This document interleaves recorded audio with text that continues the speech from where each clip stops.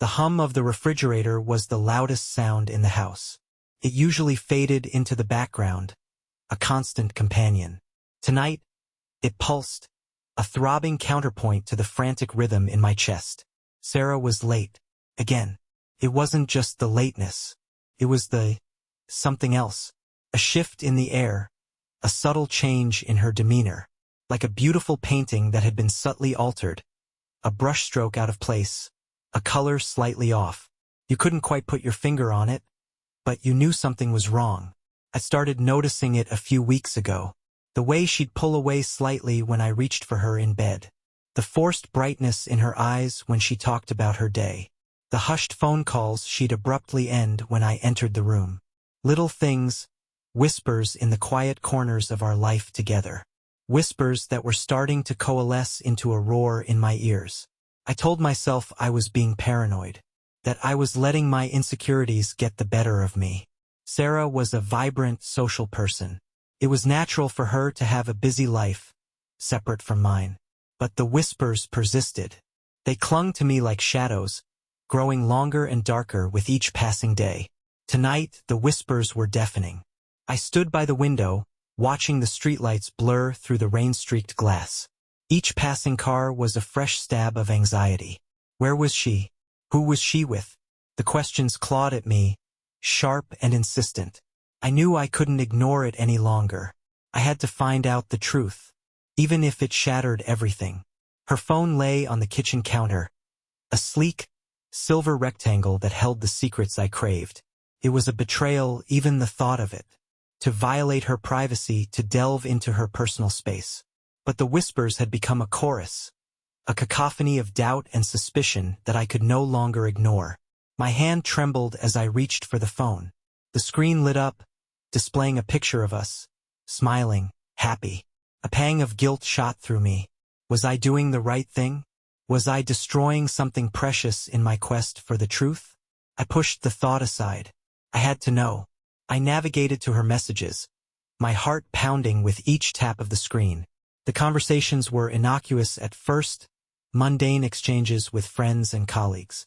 But then I found them, the messages that made my blood run cold. They were from a group chat, the name hidden behind a string of emojis.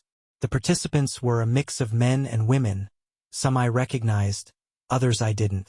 The messages were intimate, suggestive jokes, veiled references to shared experiences, and plans for future encounters. Encounters that clearly excluded me. The world tilted on its axis. The whispers were no longer whispers. They were screams, tearing through the fabric of my reality. Sarah, my Sarah, was involved with them. A group of strangers, sharing her in ways I couldn't comprehend. A wave of nausea washed over me. I stumbled back, clutching the counter for support. The phone slipped from my grasp, clattering to the floor. The screen cracked, a spiderweb of broken glass mirroring the shattered fragments of my heart. I picked up the phone, the jagged edges of the cracked screen digging into my palm. I barely registered the pain. All I could focus on were the names of the people who were sharing my wife. There was Mark, her colleague from the marketing department. I'd met him at the office Christmas party, a jovial man with a booming laugh. There was Emily, a friend from her yoga class, always with a serene smile and a calming presence. And then there were the others, strangers with unfamiliar names, their faces unknown to me. The realization hit me like a physical blow. It wasn't just one person. It was a group that Sarah was intimately involved with. The thought of it made my skin crawl. How could she? Why? I scrolled through the messages again, each one a fresh wound. They talked about their encounters in detail, their words dripping with lust and excitement. They discussed their plans for the future, their fantasies, their desires. And in all of it, there was no mention of me. I was a ghost, an invisible presence in my own life. The anger started to build, a slow burn in the pit of my stomach. It was a righteous anger, a fury at the injustice of it all. They had taken something that belonged to me, something precious and irreplaceable. And they had done it without a second thought. I clenched my fist, the broken phone digging deeper into my palm. I would not let them get away with this. I would make them pay. Every single one of them. The initial rage subsided, leaving a cold, hard resolve in its wake. This wasn't a situation for impulsive actions, for blind fury. This required strategy, a carefully calculated plan to inflict maximum damage. I wouldn't just hurt them, I would break them. I spent the next few days in a haze of planning. I researched each member of the group, learning their routines, their weaknesses, their deepest fears.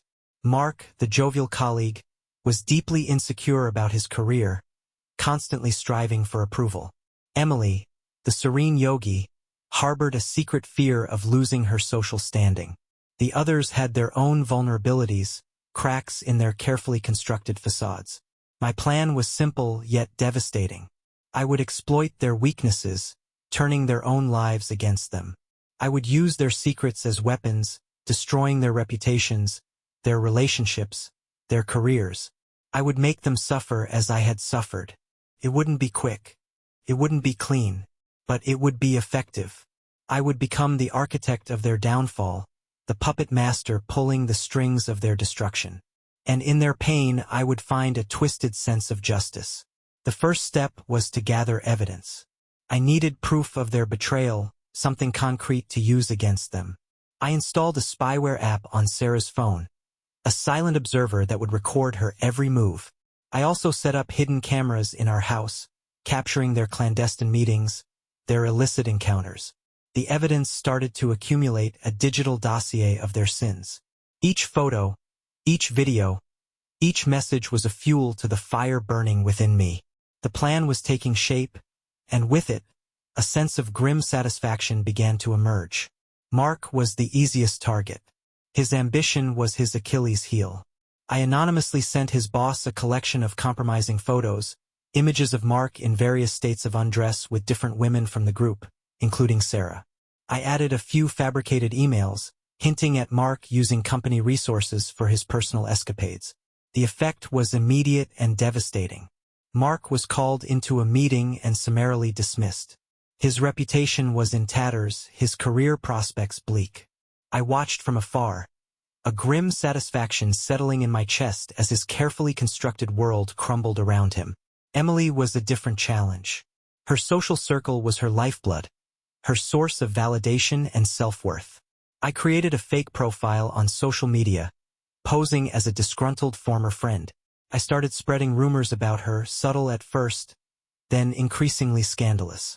I hinset er her hypocrisy, her infidelity, her questionable morals. The rumors spread like wildfire, fueled by the envy and schadenfreude of her social circle.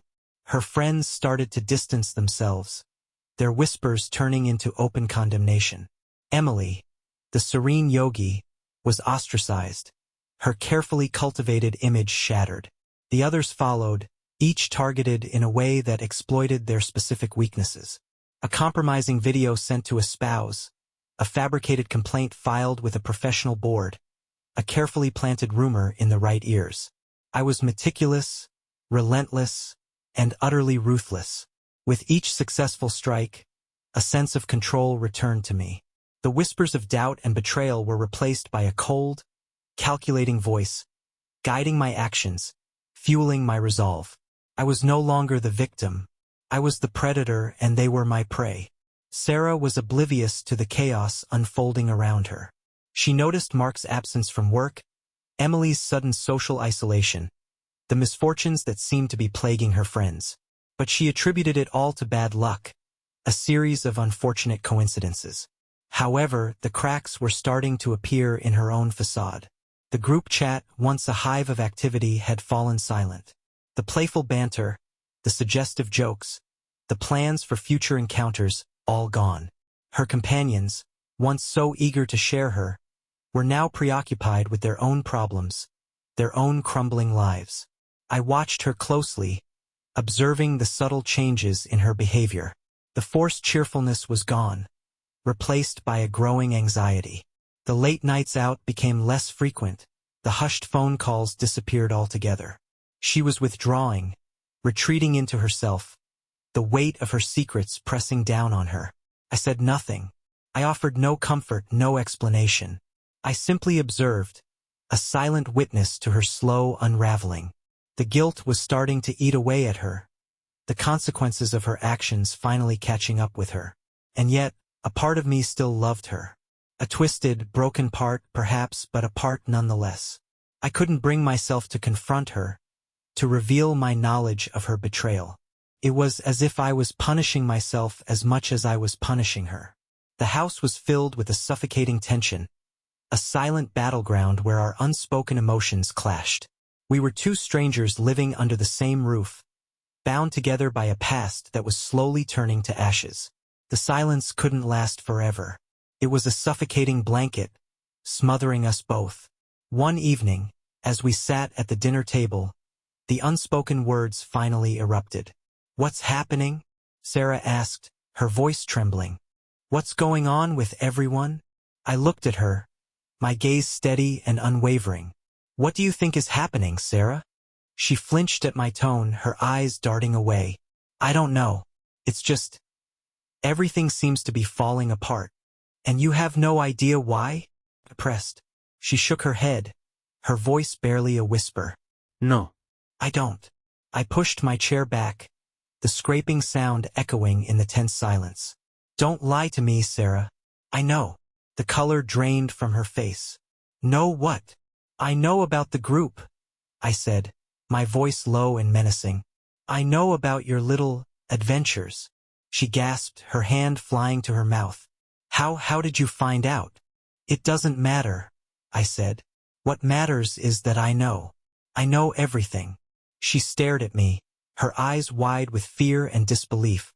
The carefully constructed mask of innocence had shattered, revealing the guilt and shame beneath. I'm so sorry," she stammered. "I didn't mean to hurt you." "But you did," I said, my voice rising. "You hurt me more than you can possibly imagine." She started to cry, tears streaming down her face. "Please, forgive me.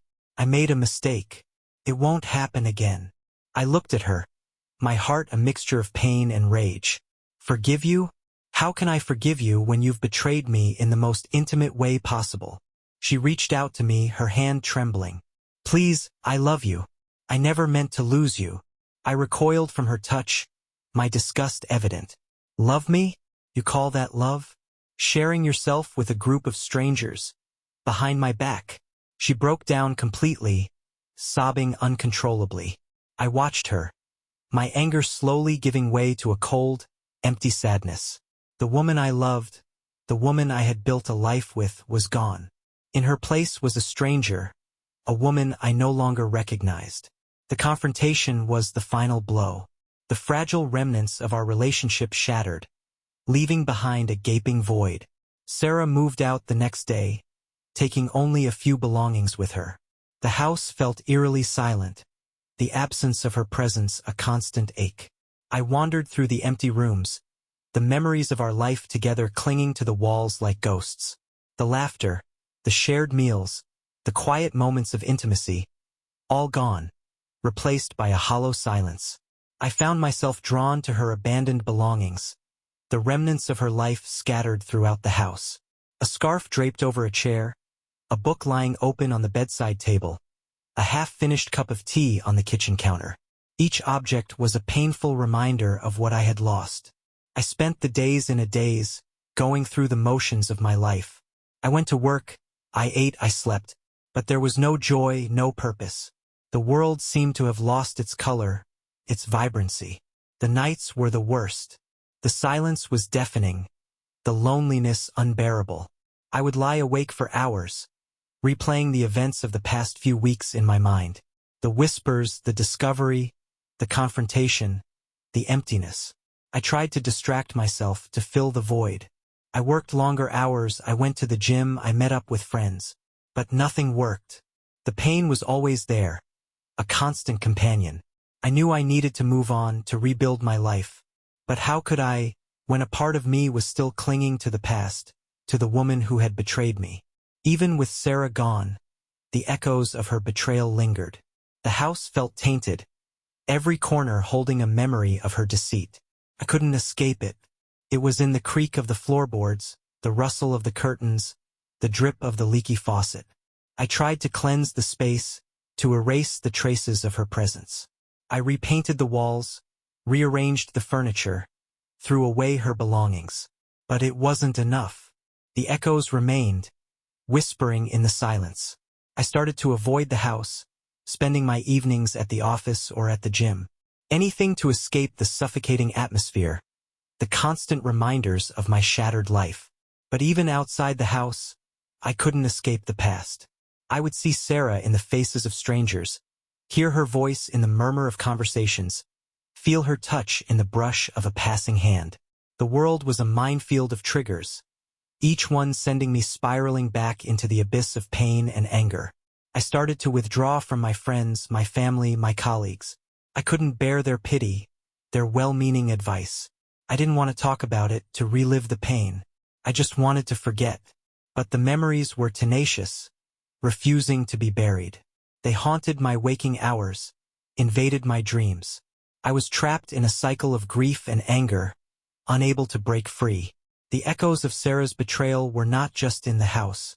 They were in me. They had become a part of me, shaping my thoughts, my emotions, my very being. One night, I found myself sitting alone in the dark, a bottle of whiskey my only companion.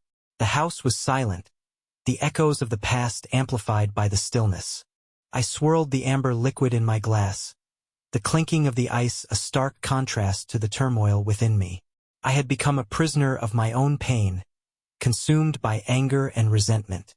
I had dedicated myself to destroying those who had wronged me, but in doing so, I had destroyed myself.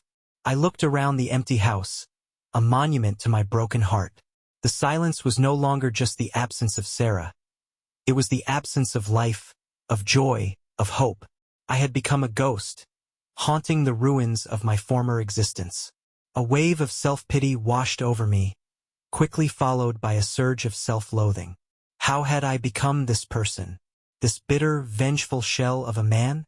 I thought about Sarah, not with anger, but with a strange sense of detachment. She had made her choices, and I had made mine. We were both victims, trapped in the consequences of our actions. But I didn't have to stay trapped. I could choose a different path, a path of healing, of forgiveness, of moving on.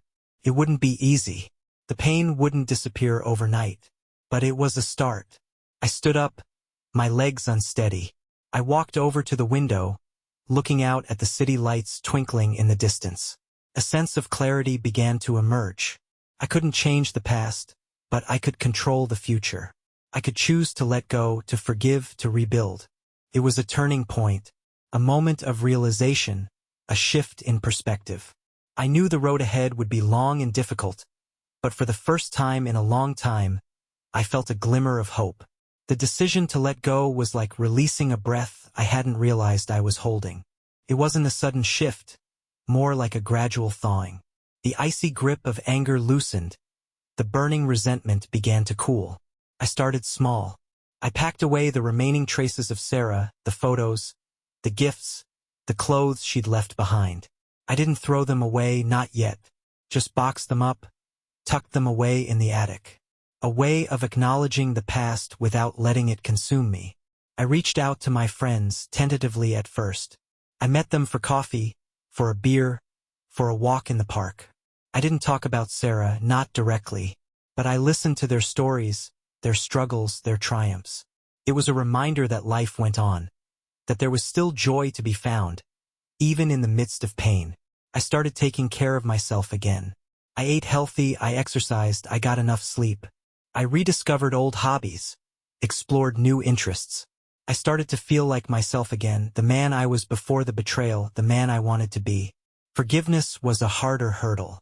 It wasn't about condoning what Sarah had done, or absolving her of responsibility. It was about releasing the bitterness, the resentment, the anger that was poisoning my soul. It was a slow process with setbacks and relapses, but gradually, the intensity of the emotions lessened. The sharp edges softened. The raw wounds began to heal. Letting go wasn't about forgetting. It was about remembering without pain, about accepting what had happened without letting it define me. It was about finding peace, not just with Sarah, but with myself. Months passed. The seasons changed. The leaves turned from green to gold to brown, then disappeared altogether. Winter arrived, blanketing the city in a layer of snow. The world seemed to be holding its breath, waiting for the spring. One gray afternoon, I was walking home from work when I saw her, Sarah. She was standing across the street, bundled up in a thick coat, her breath misting in the cold air. She looked thinner, her face pale and drawn. But her eyes, when they met mine, held a flicker of recognition, a hint of the woman I once knew. We stood there for a moment, frozen in time. The years melted away, the pain and anger momentarily forgotten. It was as if we were back in that cafe, two strangers meeting for the first time, the promise of a future stretching before us. Then the spell broke. The memories flooded back, the hurt, the betrayal, the emptiness. I felt a surge of anger, a desire to turn and walk away. But something held me back. A curiosity, perhaps, or a lingering sense of connection. I crossed the street, my footsteps crunching on the snow. Sarah watched me approach, her expression unreadable. When I reached her, I stopped, a safe distance separating us. "Hello, Sarah," I said, my voice surprisingly steady. "Hello," she replied, her voice barely a whisper. We stood there in silence, the only sound the wind whistling through the bare branches of the trees. There was so much to say, so much left unsaid. But the words wouldn't come. Finally, Sarah spoke. "How are you?" she asked, her voice hesitant. "I'm okay," I said, surprised by the honesty of my answer. "Getting there." She nodded, a faint smile touching her lips. "That's good." Another silence stretched between us, awkward yet strangely comfortable. It was as if we were two old friends, catching up after a long absence. The pain was still there, but it was muted, softened by time and distance. The words hung in the air between us, unspoken but palpable. "I'm sorry," she said, her voice barely audible. "For everything." I looked at her, searching her eyes for a hint of insincerity, a trace of the deceit that had shattered our lives. But all I saw was regret, a deep sadness that mirrored my own. "I know," I said, my voice rough with emotion. "I know you are." We stood there for a long moment, the silence filled with the weight of unspoken words, of shared pain, of a love that had been lost and found again, albeit in a different form. "I never meant to hurt you," she continued, her voice gaining strength. "I was selfish, reckless. I didn't think about the consequences." "I know," I repeated, the words a balm to my wounded heart. "I lost myself," she said, her voice breaking. "I lost you." "We both did," I said, acknowledging the shared responsibility for the demise of our relationship.